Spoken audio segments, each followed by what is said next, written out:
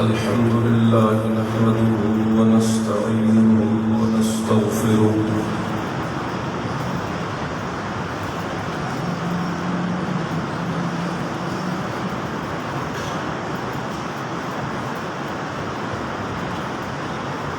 ونؤمن به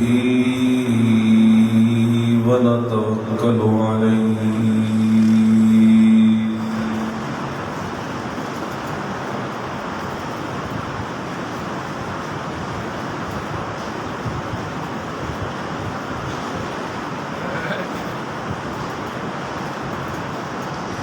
ونعوذ بالله من شرور أنفسنا ومن سيئات أعمالنا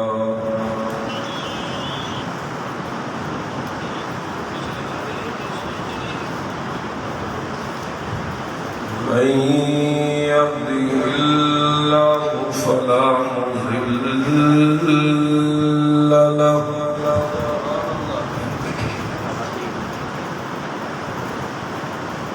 ومن يضلل فلا هادي له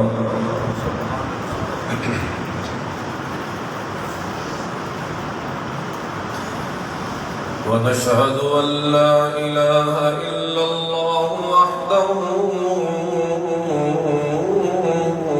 لا شريك له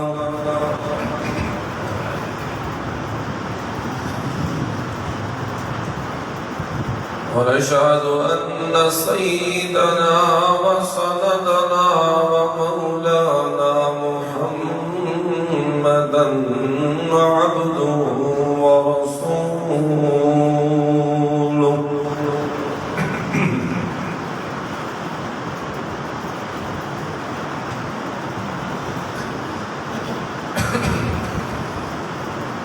أما بعد فأعوذ بالله من الشيطان الرجيم بسم الله الرحمن الرحيم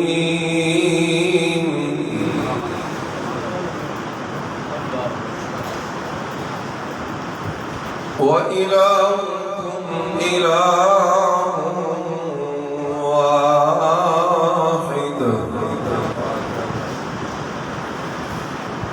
لا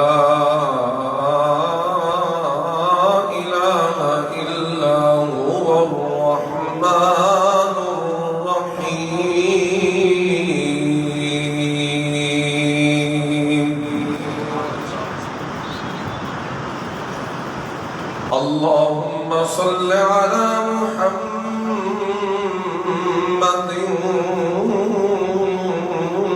وعلى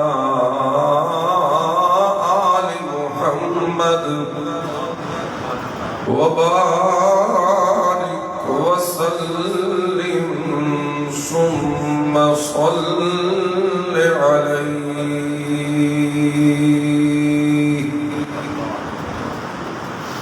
سبحانك لا علم لنا إلا ما علمتنا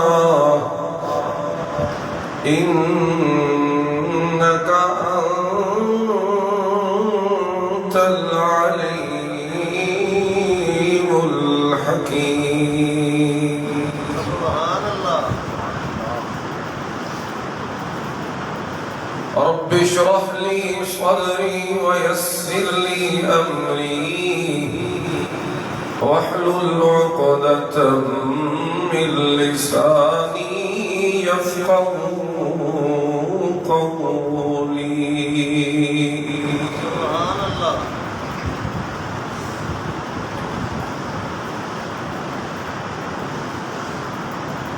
حضرات ذی وقار دوستوں بزرگوں بھائیوں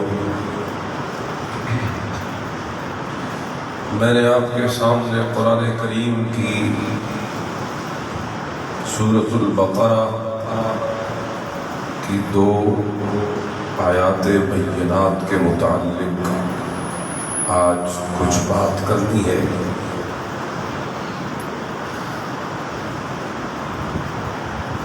ایک تو آیت نمبر 163 اور دوسری 164، یہ دو آیات بینات سورۃ البقرہ دوسرا پارہ۔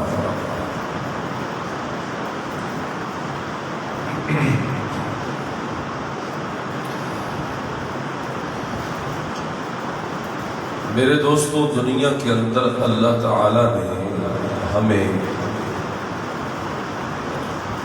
کیوں بھیجا ہے؟ ہماری پیدائش کا مقصد کیا ہے؟ اس میں کوئی شک نہیں۔ قرآن کریم کی آیت کریمہ کا ترجمہ ہے کہ جنوں اور انسانوں کو ہم نے محض اپنی عبادت کے لیے پیدا کیا ہے۔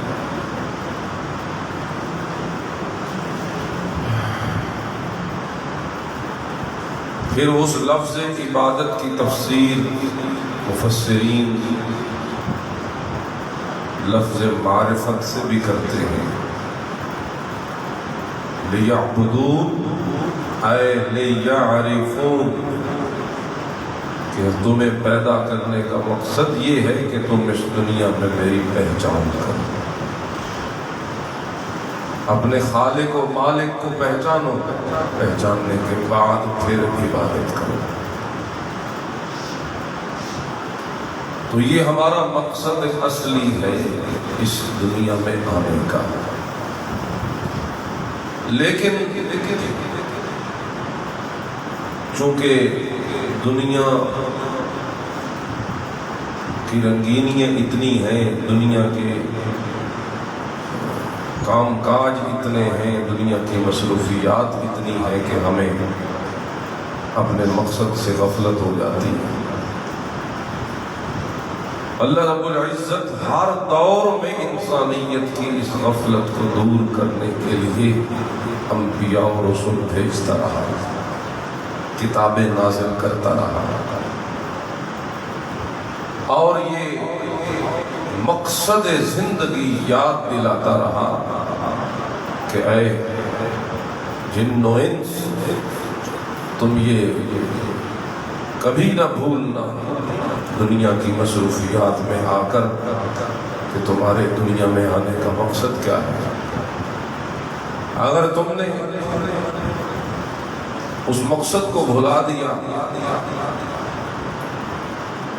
اور تم بھی باقی حیوانوں کی طرح ہو گئے، جانداروں کی طرح ہو گئے، جانوروں کی طرح ہو گئے، تو پھر تمہارے اور ان کے درمیان فرق کیا رہے گا؟ جس چیز نے تمہیں جدا کرنا ہے باقی مخلوقات سے، وہ یہی مقصد زندگی ہے، وہ یہی مقصد زندگی ہے۔ اور دیکھو، میں نے تمہیں تمہارے اندر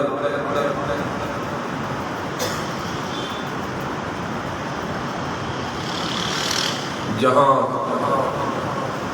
خواہشات کا مادہ رکھا ہے نا، شہوات تمہاری فطرت میں جہاں رکھی ہے نا،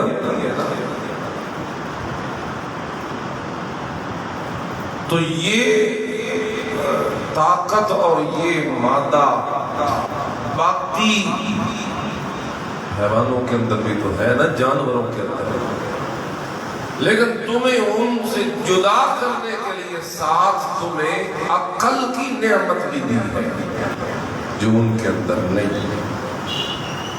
انسان میں یہی دو مادے ہیں،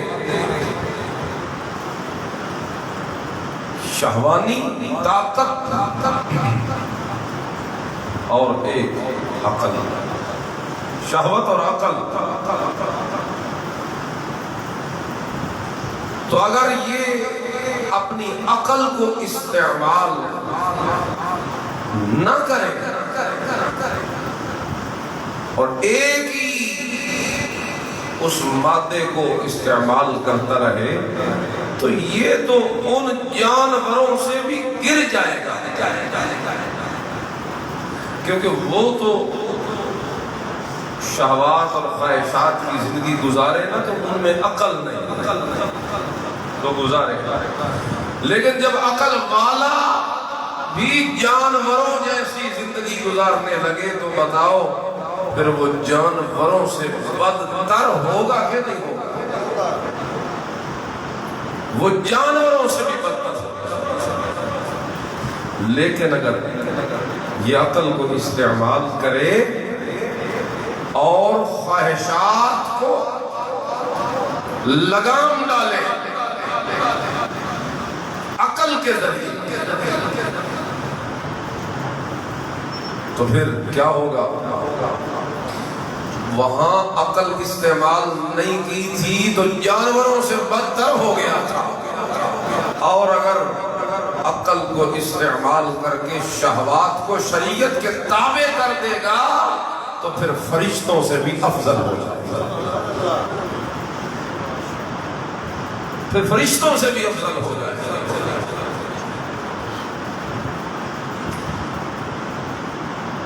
اللہ اللہ۔ پھر یہ تابع کیسے کرنا ہے اپنے آپ کو اور اپنی شہوات کو لگام کیسے ڈالنی ہے، اپنی خواہشات کو کیسے روکنا ہے، تو بتایا عقل اسی لیے تمہیں دی ہے۔ اب عقل کو رہنمائی ملے تو کہاں سے ملے؟ عقل رہنمائی کہاں سے لے؟ اللہ فرماتے ہیں عقل کی رہنمائی کے لیے یہ سب سے بڑی رہنمائی قرآن کی شکل میں ہمیں دے دی۔ عقل کی رہنمائی قرآن سے ہوگی، اور یہ تو ہوگی نا ایک آفاقی اور شرعی اور وحی کے علم سے، لیکن اگر یہ عقل ادھر نہ بھی آئے نا تو کم از کم مادہ عقل میں اتنا ہم نے رکھ دیا ہے کہ کھرے کھوٹے کی پہچان خود کر لے۔ لیکن یہ کہ کوئی عقل استعمال کرے تو، ورنہ اگر عقل استعمال نہ کرے تو پھر بات ہوئی ہے کہ جانوروں سے گر گیا، اور عقل استعمال کرے تو فرشتوں سے بھی افضل ہو گیا۔ اب مقصد زندگی اللہ کی پہچان، بولو کیا؟ اللہ کی معرفت الہی، کہ اس کی عبادت کرنی ہے تو پہلے پہچان تو صحیح نا کہ کس کی کرنی ہے، اور اگر پہچان نہیں ہوگی تو جس طرح دنیا میں دوسرے بھٹکے ہیں، اللہ کی عبادت کے سوا جس چیز کی عبادت ہو رہی ہے وہ کیوں ہو رہی ہے؟ وہ اسی لیے ہو رہی ہے کہ اللہ کی پہچان نہیں ہے۔ انہوں نے سمجھا کہ یہ بھی معبود ہے، اللہ کے سوا جن کو پوجا گیا، انبیاء کو معبود مانا گیا، اولیاء کو مانا گیا، نیک بزرگ ہستیوں کو معبود مانا گیا، حتیٰ کہ سورج چاند ستاروں کو معبود مانا گیا، آگ کو معبود مانا گیا، گائے کو معبود مانا گیا، گھوڑے کو معبود مانا گیا، پتھر کو معبود مانا گیا۔ یہ کیوں معبود مانا جا رہا ہے؟ یہ کوئی اتنی سستی چیز ہے، یہ کوئی اتنا عام لیبل ہے کہ ہر کسی پہ لگ جائے، ادھر سے اللہ پہ لگے اور ادھر سے گائے پہ لگے، وہ بھی معبود اور یہ بھی معبود۔ یہ کوئی ایسا عام سا لیبل ہے کہ خالق پہ بھی لگے، مخلوق پہ بھی لگے، یہ ایسا عام لیبل ہے کہ مالک پہ بھی لگے، مملوک پہ بھی لگے، عابد پہ بھی لگے، معبود پہ بھی لگے، رازق پہ بھی لگے، مرزوق پہ بھی لگے۔ یہ کوئی ایسا عام لیبل ہے؟ اللہ جی ہمیں پہچان کروانا کہ ہمیں یہ پہچان آ جائے کہ یہ لیبل معبودیت کا اور یہ درجہ معبودیت کا اس کا حقدار کون ہے، اس کا مستحق کون ہے؟ اللہ فرماتے ہیں آئیے میں تمہیں قرآن کریم سے اس کی پہچان کراتا ہوں۔ وَإِلَٰهُكُمْ إِلَٰهٌ وَاحِدٌ، اور جنوں انس اور دنیا کے انسانوں، وَإِلَٰهُكُمْ إِلَٰهٌ وَاحِدٌ، تمہارا معبود وہ ایک معبود ہے۔ وَإِلَٰهُكُمْ إِلَٰهُكُمْ، تمہارا معبود جسے تم نے پوجنا ہے، جس کی نیاز مندیاں تم نے کرنی ہے، جس کے آگے تم نے جھکنا ہے، جس کے آگے تم نے جھکنا ہے، جس نے تمہیں پالنا ہے، جس نے تمہیں ہر مشکل سے نکالنا ہے، جس نے تمہیں ہر ضرورت باہم پہنچانی ہے۔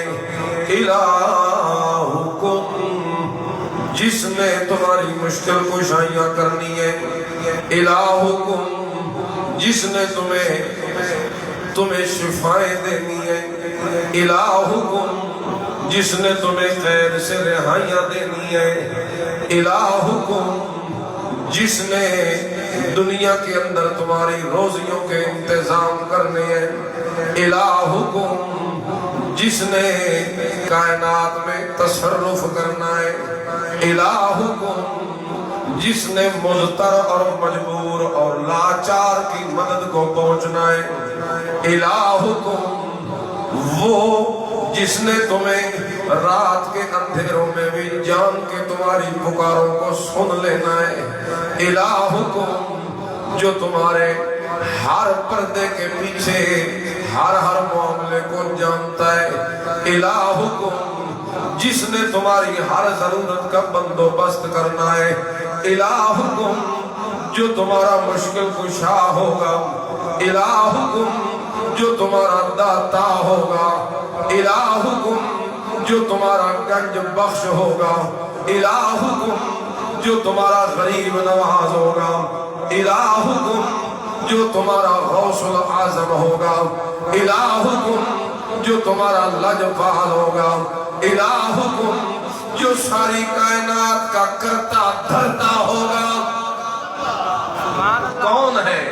الہ واحد، وہ ایک ہے، ایک ہے، ایک ہے۔ تم کہاں بھٹک گئے کہ تم نے ایک کے ساتھ اوروں کو بھی ملا لیا؟ تم کہاں بھٹک گئے کہ تم نے ایک میں اوروں کو بھی شریک کر لیا؟ آؤ میں تمہیں پہچان کرواتا ہوں تمہارے سچے معبود کی۔ آؤ میں تمہیں پہچان کرواتا ہوں تمہارے خالق حقیقی کی۔ آؤ میں تمہیں پہچان کرواتا ہوں تمہارے مالک حقیقی کی۔ اللہ فرماتے ہیں وہ جو ایک ہے وہ بھلا کون ہے؟ لا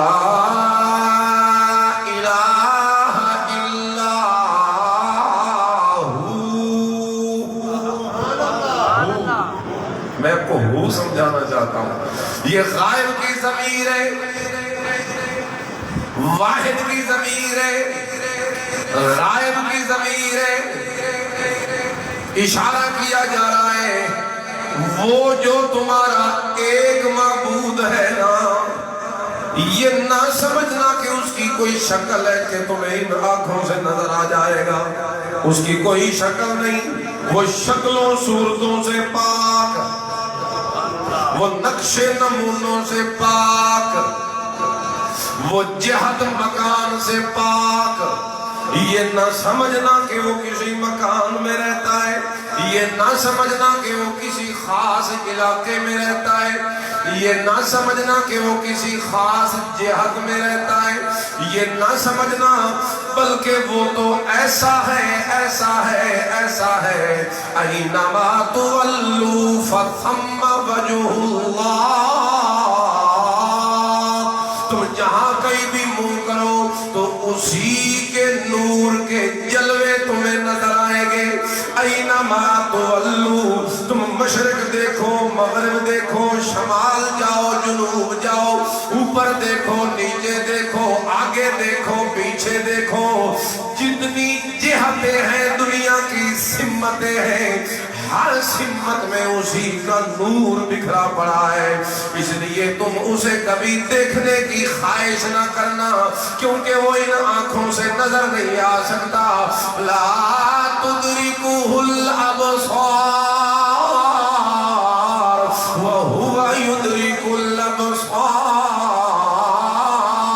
وہو اللطیف الخبیر۔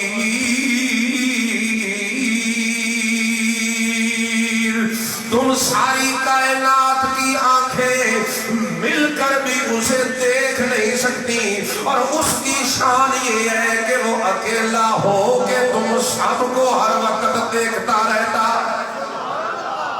وہ ہے تمہارا معبود، اور جس کی پہچان میں تمہیں کرانا چاہتا ہوں، جس کی عبادت تم نے کرنی ہے، جس کی معرفت تم نے کرنی ہے، آؤ دیکھو میں تمہیں بتاؤں۔ لا الہ الا ہو، وہ ایسا معبود ہے کہ وہ ہوئے یعنی نظروں سے اوجھل ہے، وہ ہوئے نظر آتا نہیں، وہ ہوئے کوئی آنکھ دیکھ سکتی نہیں، وہ ہوئے کسی مکان میں نہیں رہتا، وہ ہوئے کسی خاص جہان میں نہیں رہتا، وہ ہوئے کسی خاص زمانے میں نہیں رہتا، بلکہ وہ تو ایسا ہے الرحمن الرحیم، اس کی رحمتیں سارے جہانوں کو غالب ہے، وہ دنیا میں بھی رحمتیں لٹاتا ہے، وہ آخرت میں بھی رحمتیں لٹائے گا، وہ عالم محشر میں بھی رحمتیں لٹاتا ہے، وہ عالم ارواح میں بھی رحمتیں لٹانے لگا۔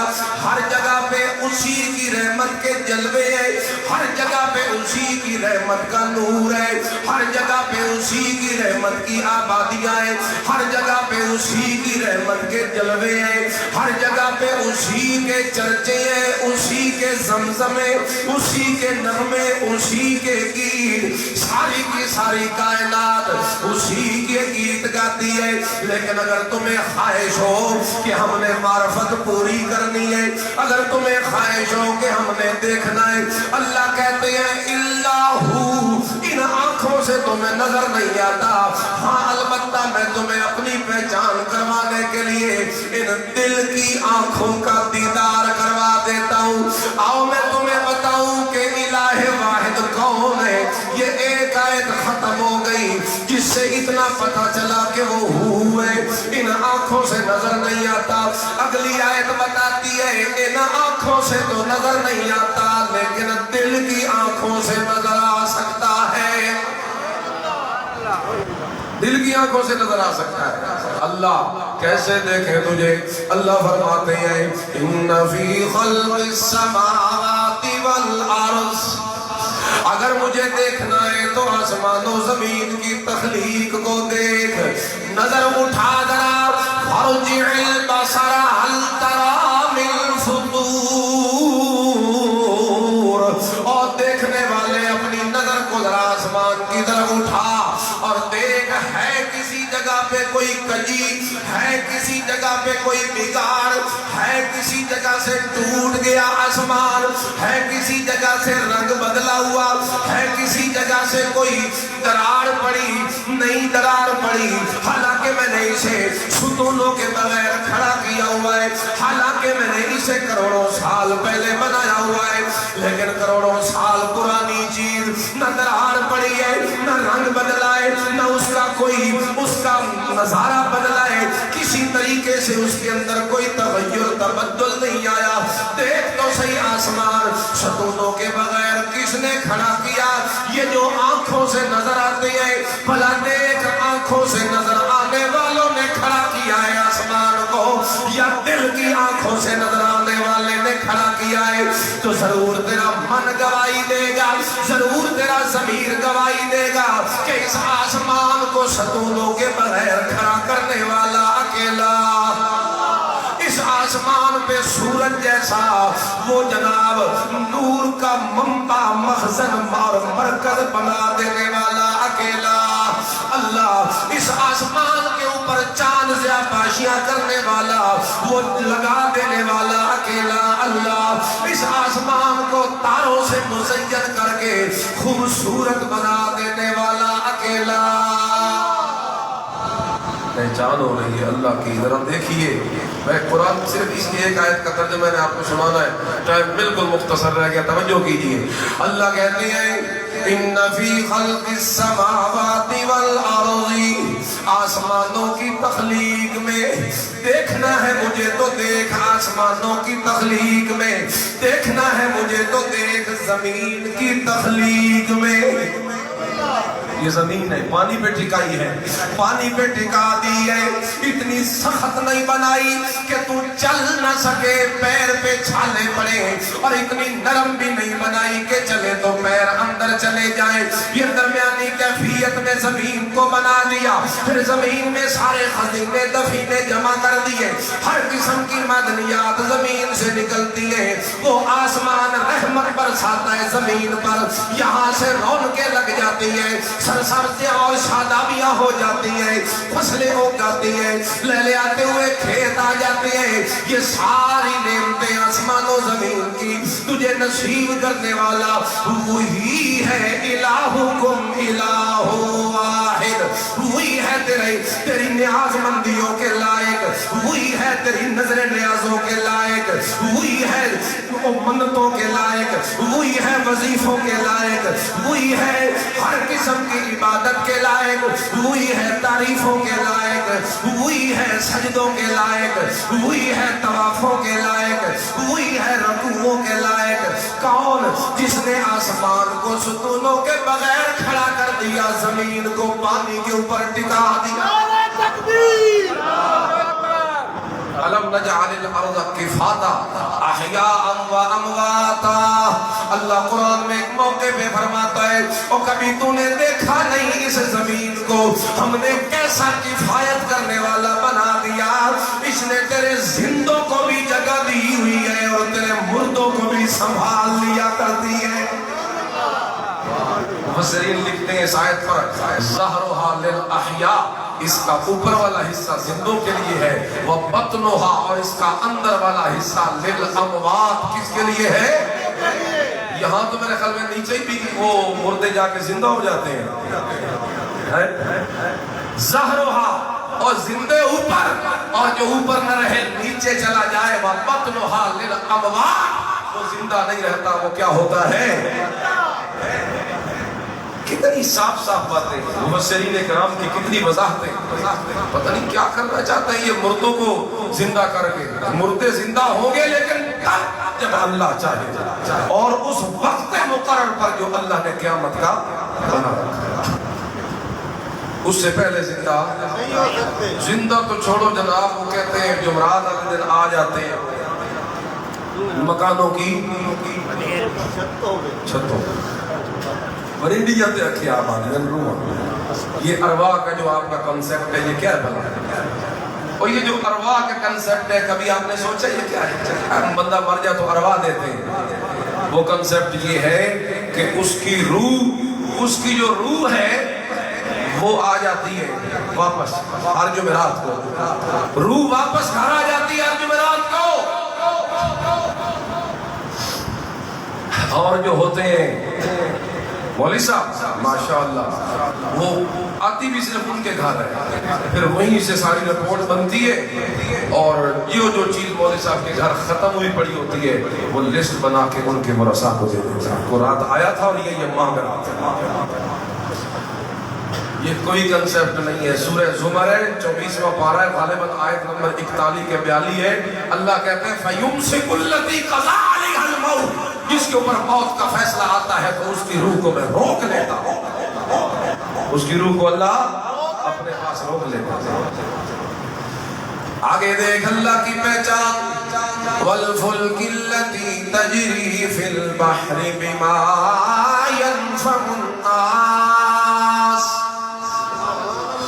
وہ جو ہوئے جو آنکھوں سے نظر نہیں آتا اسے دیکھنا ہے تو سمندر میں تیرتے ہوئے بڑے بڑے جہازوں کو دیکھ.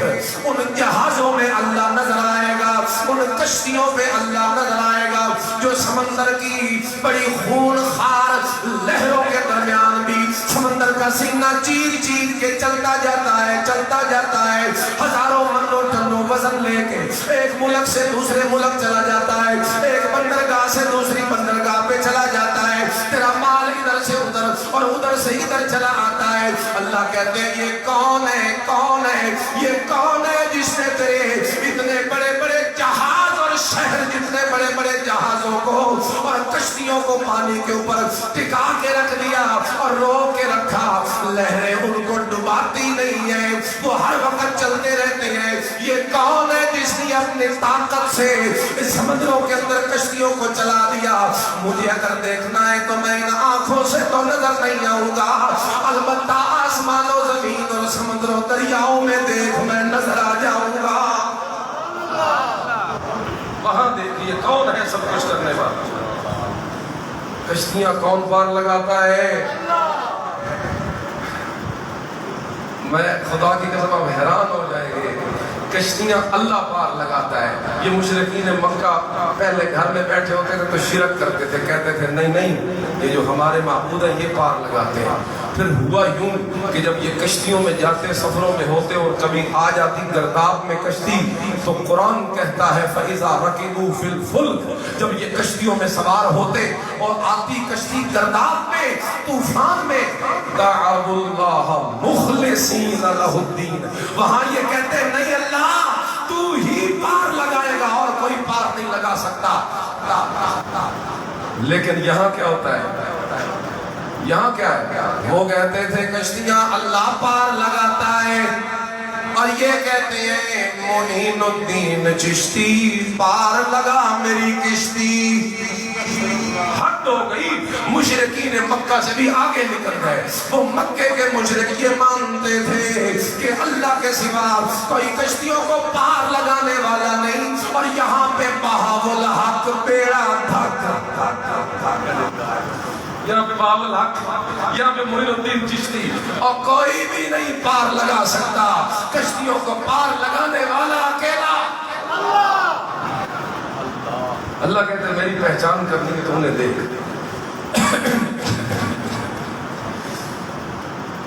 وَمَا أَنزَلَ اللَّهُ مِنَ السَّمَاءِ مِن مَّاءٍ، آسمان سے جو پانی برستا ہے یہ کون برساتا ہے؟ مجھے دیکھنا ہے تو میں ان آنکھوں سے نظر نہیں آؤں گا، برستی ہوئی بارش میں نظر آؤں گا، میں برستی ہوئی بارش میں نظر آؤں گا، جو زمین پہ پڑتی ہے تو بنجر زمین آباد ہو جاتی ہے، مردہ زمین زندہ ہو جاتی ہے، لہلے آتے ہوئے کھیت جھومتے ہیں اور بڑے بڑے باغات کے پھل تیار ہو جاتے ہیں، اور دنیا میں ہر طرف سرسبزیاں شادابیاں پیدا ہو جاتی ہیں۔ یہ کون ہے کرنے والا؟ وقت ختم ہو گیا، میں چاہتا ہوں کہ آئندہ بھی وقت پہ جمعہ ختم ہو تو یہ میں اگلے جمعے آپ کو سناؤں گا بقیہ انشاءاللہ۔